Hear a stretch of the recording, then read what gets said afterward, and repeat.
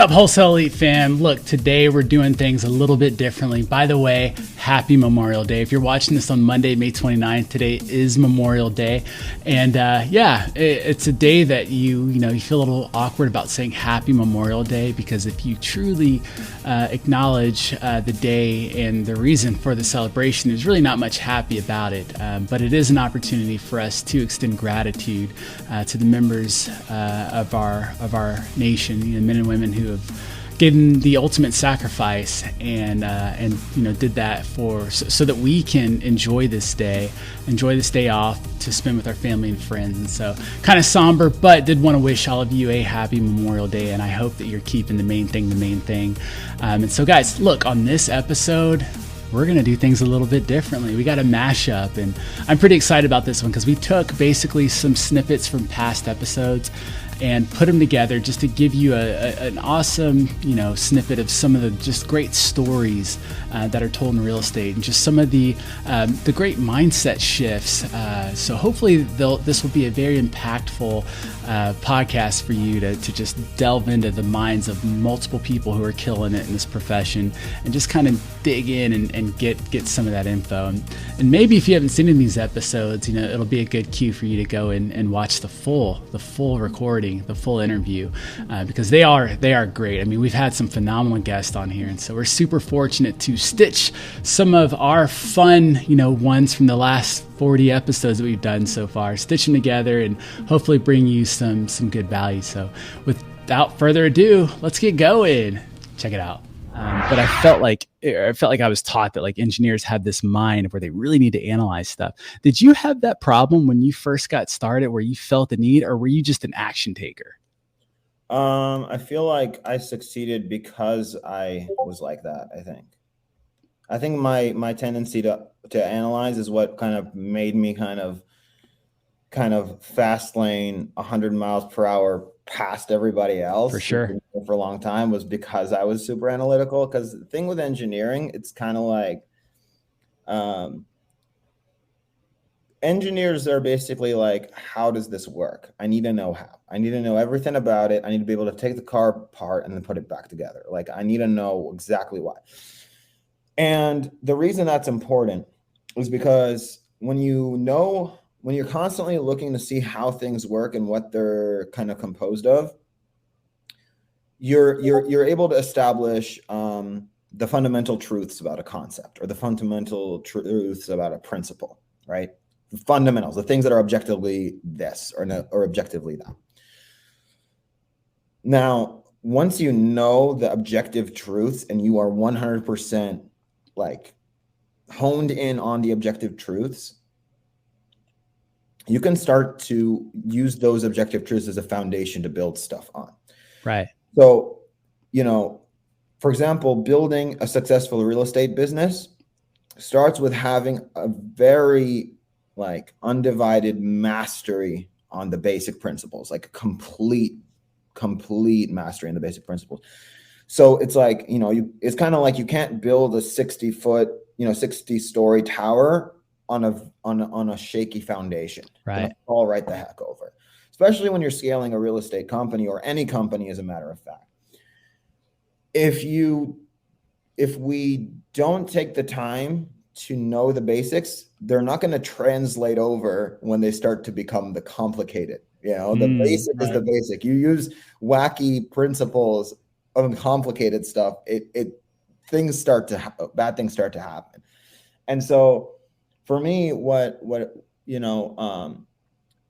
the analysis part is kind of what helps me a lot, is because whenever I look at a process, whenever I look at any sort of concept, I think about what makes this true, how does this work, and if I could flow chart this out into 7 or 8 steps, what would each step look like, and what are they? Then you can build on them. So, now, did you actually do that? Yeah, I do that that's how I built my business.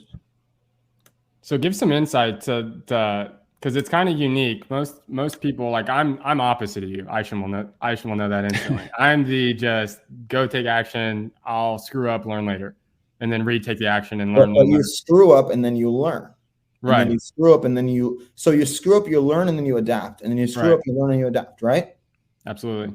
what you're doing, and you don't even know it, is you're practicing use of the scientific method.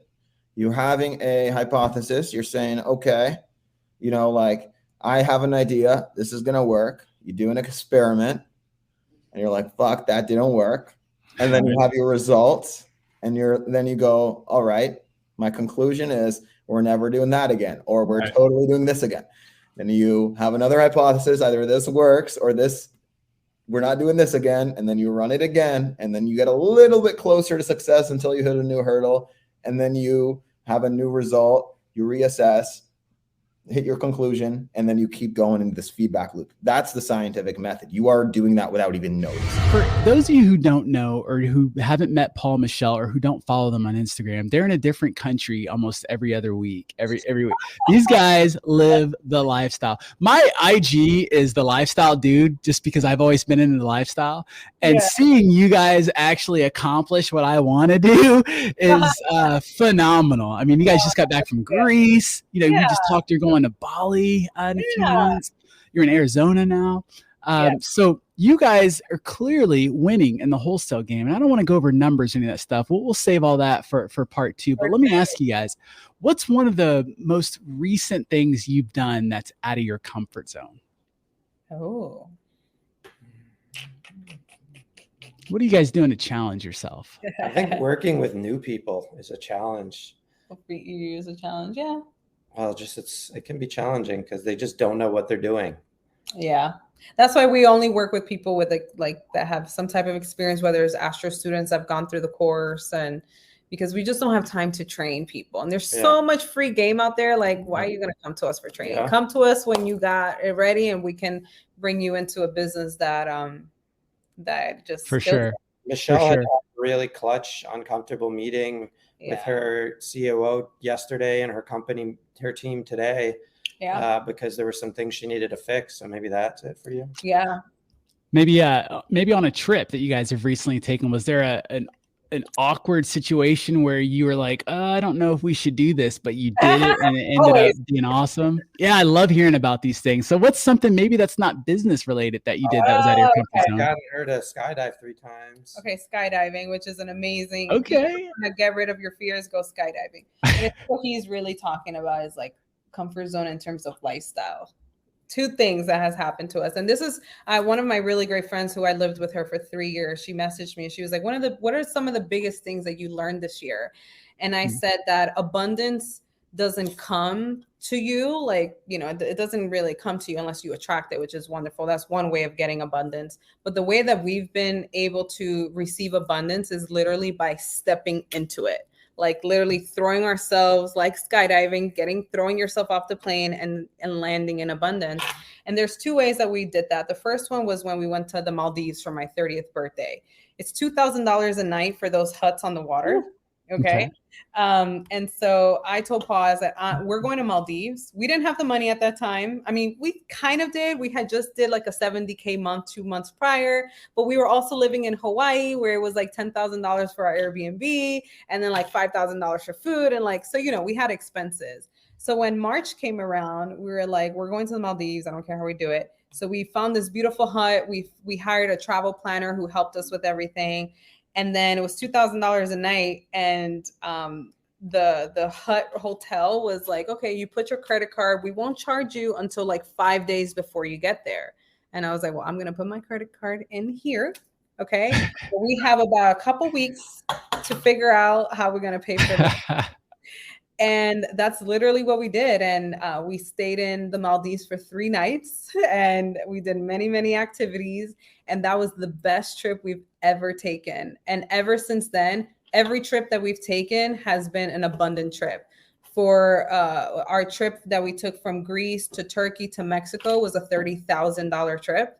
Nice. And one of the rooms that we stayed in was also like a $2,000 a night room. Yeah. And we were only going to do it 1 night for our 2-year anniversary, and that's it. But when we got there, they show us the room that we were supposed to stay on the last night. And it ended up being that they upgraded us for all 3 nights. 4 nights. For all 4 nights for that $2,000 room. Wow. Free of charge. Dude, so, that's you know, awesome. because we do these uncomfortable things, we are able to really experience abundance and then get blessed in abundance because we have faith that, you know, not only is the money going to come back, but we get to really become better people when we really see the beauty that life has to offer. And so our 30K trip in Greece ended up being wonderful because then Paul closed a deal and made $30,000 while we were in Greece. Oh, I love it. Yeah. It literally came Let's right back. go. Yep. You know, so money comes and goes. It ebbs and it flows, but time never comes back. And So these true. experiences are always going to be in our mind. Our Greece trip was the best trip we've ever taken aside with Maldives. And we now we know, like we see prices, and instead of looking at price, we look at ROI now. Absolutely. You know, how many points is it going to get us on our credit card so we can get free trips? You know, what's the content that we're going to be able to create to inspire someone else to come to Greece? You know, how are we going to bless the country of Greece with our finances? You know, and this is how we see life because we were able to do uncomfortable things like that. So I'm glad you mentioned something about blind faith because it needs to be talked about more than it is. And it's hard, but it's important. So how does someone develop blind faith? Oh man, reps. I mean, it goes back to everything for me goes back to fitness, bro. I mean, it goes back to reps. It's just like when I couldn't squat 90 pounds in the gym, reps, bro. I mean, one day you get up to 300 pounds. I mean, it's every day showing up and making the calls, do the reps. I have a whiteboard here in my office that like, I literally walk up to it and put a little tally whenever I have a successful call. You know what I mean? Mm-hmm. And that's reps for me. That's literally me just putting in the reps. And it's kind of disconnecting yourself from the result of the call or even the result of the day and just know like, dude, I put in that work today. Like I put in my reps today, whether an agent, you know, sign a contract with me today or not, I put in my reps. That agent might call me in 4 days and send me 3 off markets. So true. Yeah, you build that blind faith by the reps, man. Straight up. So true. Yeah. You work with, obviously you work with a lot of other wholesalers. Yeah. What do you find is the common challenge that most of them face? Is the frustration of not getting their first deal when they've been calling people for 3 months and they call me and they're like, Greg, man, like I'm sending out these offers at these numbers you're giving me and no one's accepting my offer. How does anybody get deals? So I think the biggest challenge for a lot of these wholesalers is frustration. You know what I mean? Not everybody can get lucky like me and get their first deal in 20 days. You know what I mean? I think I got lucky, to be honest. I didn't do anything different than anybody else. Sure. You know what I mean? But and again, that's when you have to have that almost that conviction in you that like, no, I'm a real estate investor now. I'm a wholesaler now. I'm all in on this. It's like Tanner said, if you got that plan B, man, and 90 days has gone by and you haven't got anything under contract, boy, that plan B is going to be looking real nice at that moment. So not to quote Tony Robbins, but burn the boats, man. Burn the boats, get the reps in and just kind of shut that frustration down. I personally shut it down by journaling. If I don't, then it definitely gets to me at a certain point after a couple of days. So I found that physically writing it down helps a lot, at least with me. What are you writing down? It depends on the day. Some days I'll do like a gratitude entry where I'll write 10 things in detail of what I'm grateful for, like super specific. Like today I'm grateful for the way Sky laughed when I tickled her on the couch this morning. You know what I mean? Like just super specific things that I'm grateful for. Or if I wake up feeling a little off, bro, I'll write that down and just like, it's like a mirror to yourself. Because sometimes we wake up a little off and we just try to brush it off. We're like, I feel a little off today, but I'm going to ignore that. Like, no, bro, I write it down and I'm like, woke up feeling off, not feeling my best, but then I'll keep writing. And by the bottom of the page, my entry could go from negative to like, and it always ends up positive for some reason at the bottom of the page. That's phenomenal, bro. Well, you said something earlier that I kind of want to dig into a little bit. You said, you felt like it was luck, you got your first deal in 20 whatever days. And, I got my first deal fairly quickly too. And when I look back on it, yes, I can definitely attribute it to luck. And I don't know who said it, but there's a quote that's out there in the universe that it says, luck is when preparation meets opportunity. Oh yeah. Let's go. Yeah, dude. And so I started thinking about that, about my process. And I was like, you know what? I had zero doubt. I had zero shredded doubt that I was going to get this done. I had no timeline in my head for getting this deal done. There was no rush. There was none of that. I was just in the game. And I wanted to learn and figure this thing out. That's all I cared about, was figuring it. It wasn't by this date, by this timeline, or there was no comparison. Yeah, I heard other stories, whatever. And I was like, cool, good for them. It was inspiring to me, but there was no expectation. It was just moving forward. And because of that, because I had no expectation, I stayed in the game and I kept moving forward. I got my first deal I recorded a Facebook video or Facebook message video. I sound like an old man. Just Facebook, where I recorded a video on Facebook, just letting my friends and family know, hey, this is what I'm doing now. That was it. I love it. I didn't want people thinking, oh, he's like, I thought he was doing medical marketing. Why is he talking about real estate stuff? So off that video, one of my friends was like, yo, I was driving for Uber or whatever. And he's like, my passenger, I was telling him about what you do. And he's like, I got a property. That was literally my first. No way, bro. You can call that luck. A lot of people would call that luck. I call that preparation meeting opportunity, bro. Well, yeah. And you had prepared in the opportunity. Yeah. It's like the Inner Size, that book is talking about AIA. So awareness, being aware why you are feeling in a certain way, and really ask why, what is causing that? What's the source of that? And then I stands for intention. So when you clean up your energy, move forward with the next thing, set the right intention behind it. And the last A stands for action. And when you are with the right intention to do the next task or whatever is happening with your day, take action to change that. So that's AIA. What was the first letter? It's A, awareness. Awareness. Got you. Awareness, intention, action. I like that. And that's from Inner Size. Mm-hmm. So what role did you, to kind of backtrack again, what role did you step down, in your business or whatever, that opened up some of these freedoms that you were discussing earlier? Yeah, I stepped down some role with my W-2 job. So I can pursue more with my own business. But for my business, I'm actually right now in the position of a technical role and a managerial role. So there are 3 roles, ETM. E stands for entrepreneur, T stands for technical role, and M stands for managerial role. People typically start from the technical role, and as they grow, they want to be a manager, and eventually want to be an entrepreneur, work on their business as opposed to in their business. So of course, I started with my business doing all the campaign calling agents myself. That is very a technical role. And now I have my acquisition manager, disposition people, my VA, my underwriting team, etc. But at the end of the day, when I go through my daily inventories, I still do a lot of calling agents, talking to buyers, coming properties, training, yada yada. So I'm still in that technical role, but also I'm managing all the people at a higher level. So that's a managerial role. And like right now, what I'm trying to do is to replace myself out of the technical role, so I can be only doing the managerial level of the job. And then I hire people to do the managerial role, so I can be an entrepreneur and then replicate my current business model in other markets.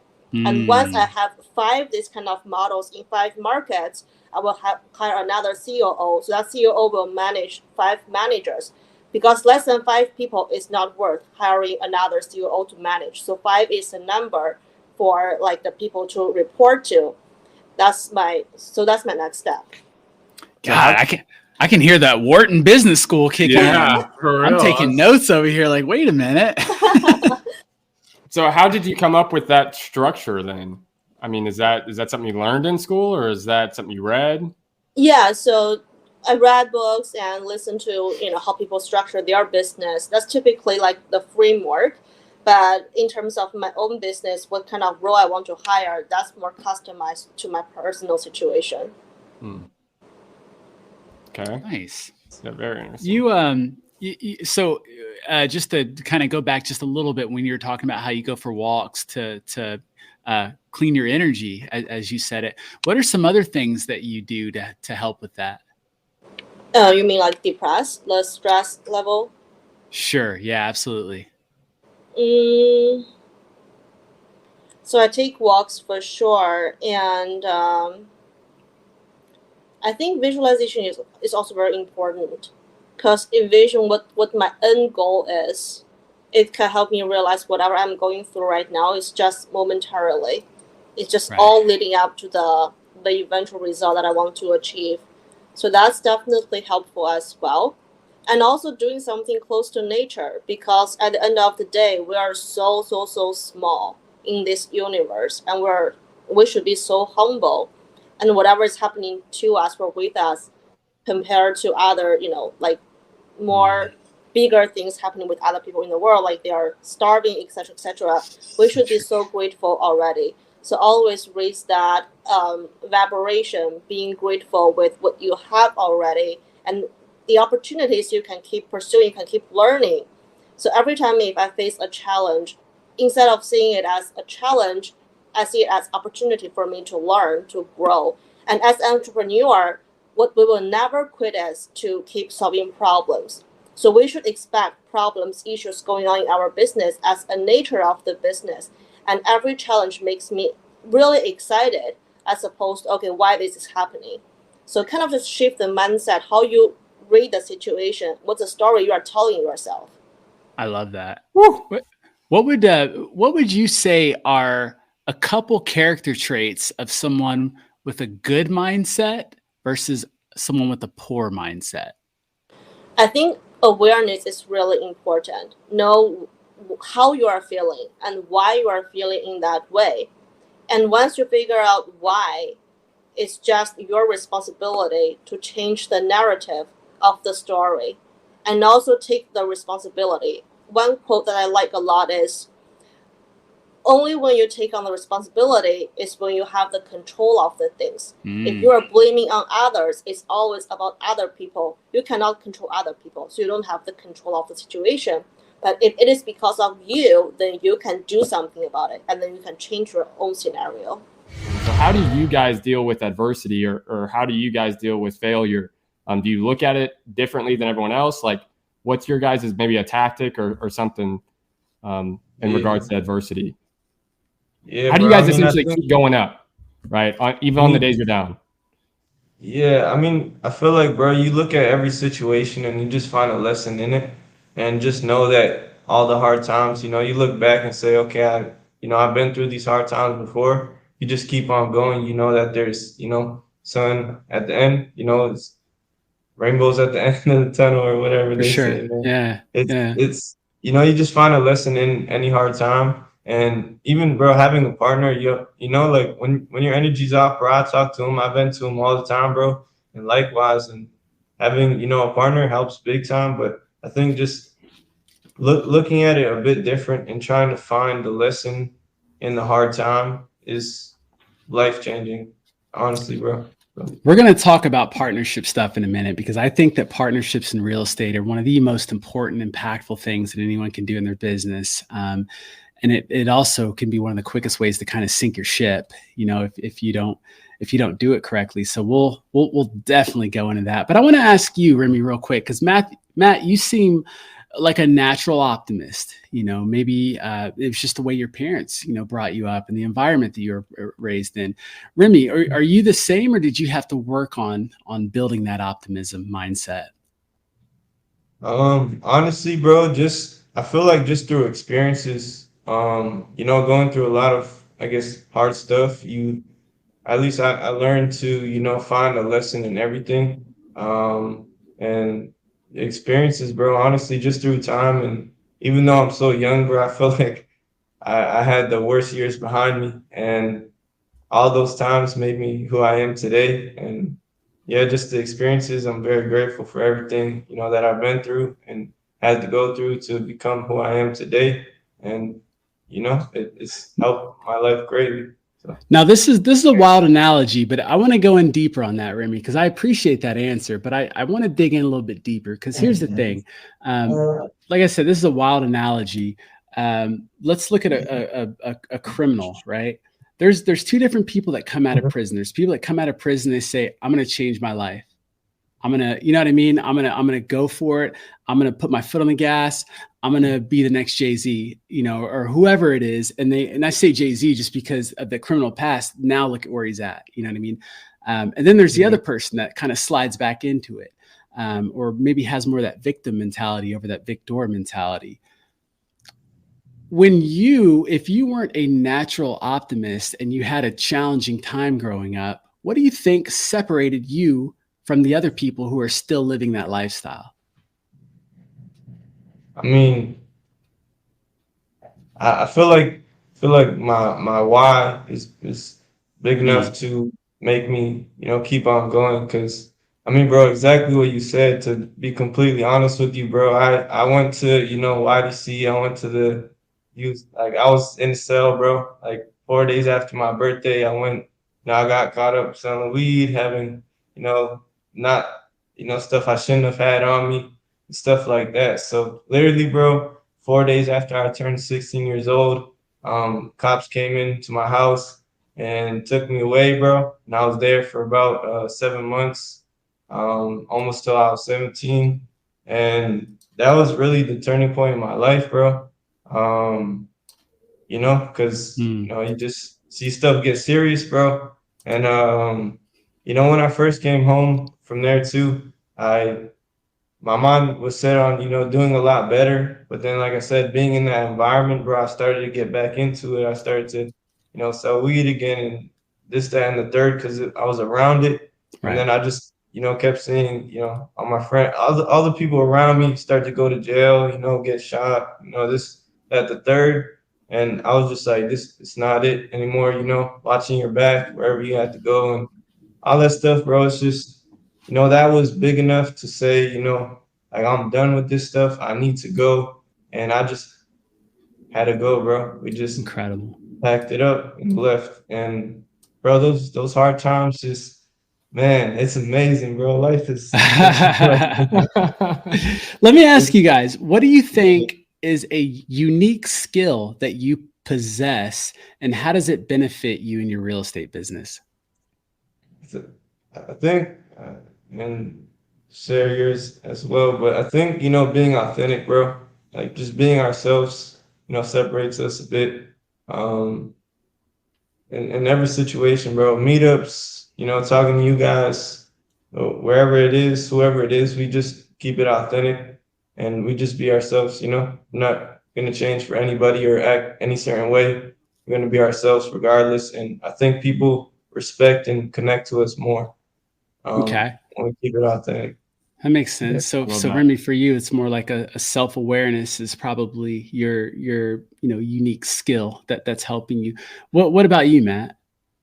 Yeah, I would say that's similarly like just learning to be comfortable in your own skin, and at the end of the day, like the consistency part and just the genuine like willingness to want to help people. Like, well, we're just like above and beyond transparent to people. Right. That we're doing business with, and sometimes it will, when people are getting to know you, they're kind of thrown off, like, what the hell, like why are y'all being so transparent? Like something's got to be up, right? But then they go through a transaction with you, or they just, you know, get to know you over time, and they're like, whoa, like let's continue doing business, or you become friends or whatever. So I would just see being okay with being completely transparent yourself. And just, we look to help people, man, and we stay consistent. Just, you know, no matter how we're feeling, we get up and we get after it, bro.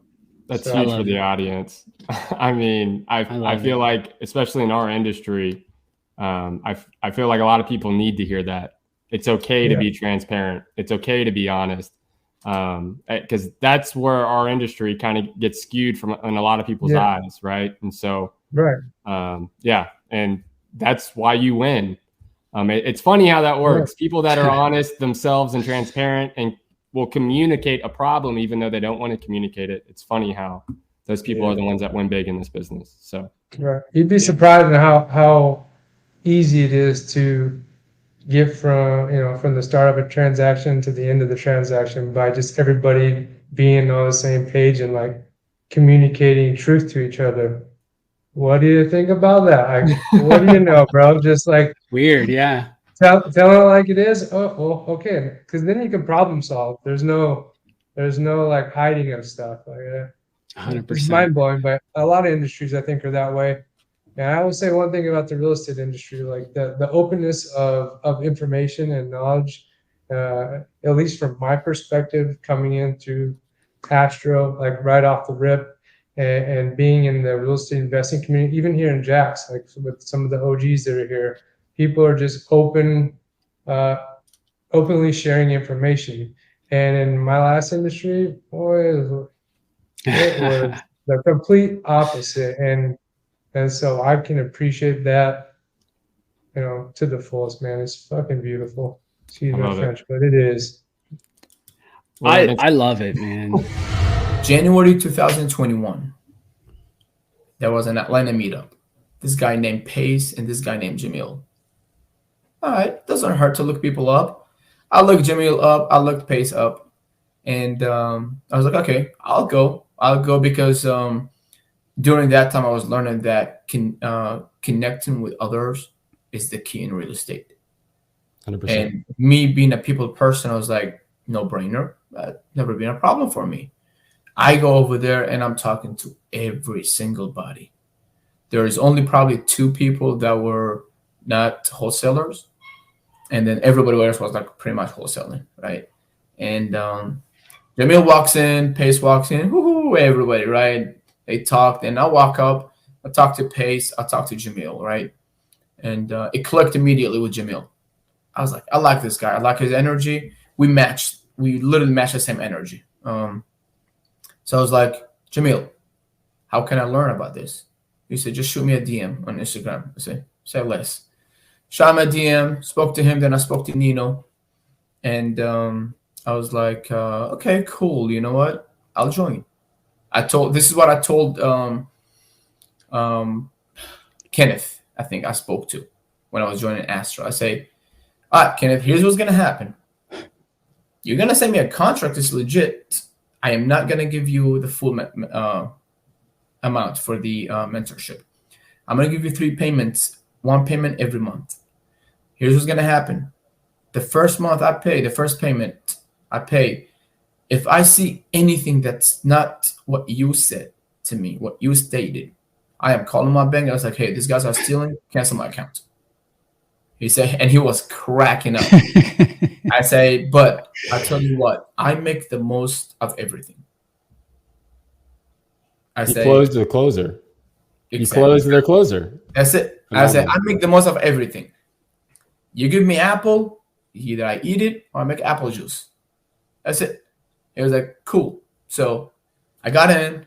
I went over the week 1, the mindset, which is very helpful. I suggest everybody who start, or even like if you started, just go back and watch the mindset over and over if you want. It's really good. It was helpful. And then I was moving. I had closed 2 deals at that time before Astro. Man, I joined Astro and to the moon. I was closing deals left and right.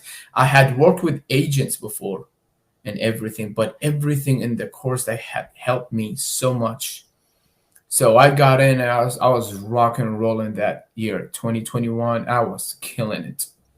I was closing 16,000 wholesales. At that time, that wasn't like, oh my God, that's before, the market boomed big. I started closing 37,000 wholesale assignments and everything. And I just kept on going. And then do you remember how many deals you did that year? I know I can tell you I made probably 85,000 within 6 months after I joined. Okay. Yeah. So that was big. I've never made that money working the job. Sure. Right. What's other than that lesson, what's one of the greatest lessons that you've learned in real estate so far? One of the greatest lessons that I've learned in real estate? Yes, sir. Or just in business? Business. Yeah, let's go with business. I think one of the greatest lessons I've learned in business is that the returns that you might expect that you can get are relational to what you think is possible. That's good. So think big. Yeah, again, bigger targets, bigger returns, and you can get them. So I used to believe, and I was told, and we're all told, that anything better than an 8 to 10% return is criminal, or like not true, or too good to be true, or impossible, right? And you want to know who tells us that? The people who want us never making more than that. Yep. Sure. Meanwhile, the banks, you give them $1, they lend out 10 on your dollar. Mm. And they charge interest on it. Yep. Think of that. You think they're making 8%? You think they're making 10%? Way more. Ah, interesting.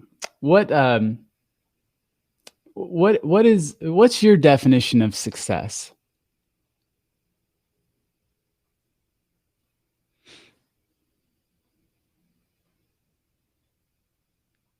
It's changed. It definitely, it had a number on it once upon a time, and it doesn't anymore for me. I think that success, you never feel like you got it, because you can chase money all you want, right? You can say, oh, I'm going to feel successful when I have $20 million. Okay. Get it. See how you feel. You're not going to feel successful, because there's going to be a billionaire out there that's going to piss on you, and you're going to feel like, oh, I got nothing. I'm a little pipsqueak. So that won't work. You could say success is going to be when I build a incredible company. Okay, cool. You're going to build an incredible company, and then there's going to be a Tesla out there that's going to piss on you, and you're going to realize, oh, you ain't done nothing. Okay, so that's not going to work. Success could say when I retire, when I don't have to work anymore. I get to just live free and go to the beach every day until that's your life. And that sucks after about 3 weeks. And then what? Because after 3 weeks of a holiday, I'm like, okay, get me out of this. I need back in the world, right? Put me back in. So true. Absolutely. So with that said, success to me now is once you find something that gives you purpose.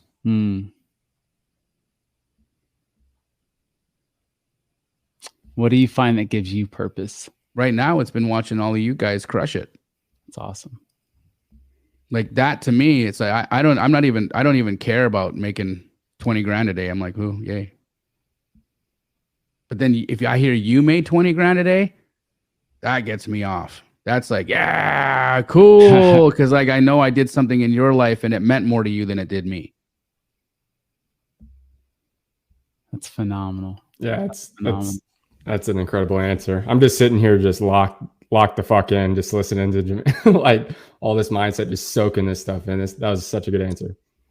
It's real. It's just like, it's true. It's such an interesting phenomenon that happens to you when you get to that spot. You're like, oh wow, that's what that means. Got it. Like the dollar is never going to matter.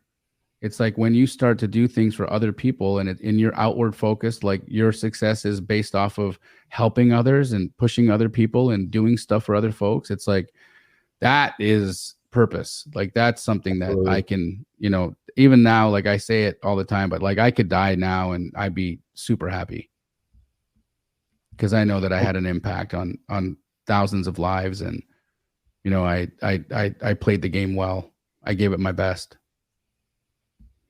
Phenomenal, brother. What up, Elite fan? That's a wrap for today's episode. But look, if you got value out of the show today, do us a huge favor and give us a review or give us a like or subscribe. Do all the things to help us get the word out there. And look, we want to see you on the next show. So get out there and crush it, make it happen. Stay tuned for the next episode. Peace.